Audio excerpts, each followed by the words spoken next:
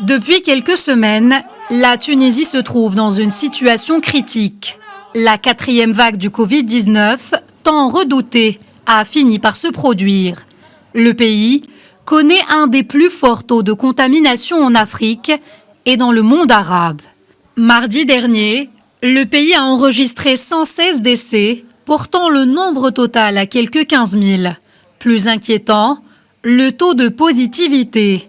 Il a atteint des seuils particulièrement élevés, frôlant les 37%. Je ne sais pas pourquoi l'hôpital a décidé de transférer ma mère aux soins intensifs où il n'y a pas de lit. Vraiment, je suis choquée. Ma mère était aux urgences. Ils ont mis à sa place un autre patient qui n'est pas dans un état critique comme elle. Ils sont submergés par les malades et ne savent plus gérer le flux. Hormis l'aveu à peine voilé d'impuissance des autorités qui jugent la situation critique, l'Organisation mondiale de la santé, à travers son directeur du bureau de Tunis, a tiré la sonnette d'alarme. Le gouvernement a ouvert un service pour les patients atteints du Covid sans embaucher un personnel qualifié pour faire face à ce genre de situation.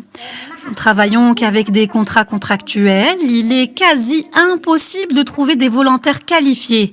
Le personnel n'est pas vacciné à 100% et nous avons besoin de personnes capables de travailler dans des conditions difficiles. La situation est préoccupante dans plusieurs régions du pays. 28 communes ont été contraintes de reconfiner leur population au moins jusqu'au 11 juillet. Le couvre-feu en vigueur sur tout le territoire tunisien, de 22h à 5h du matin, a été également prolongé jusqu'à cette date.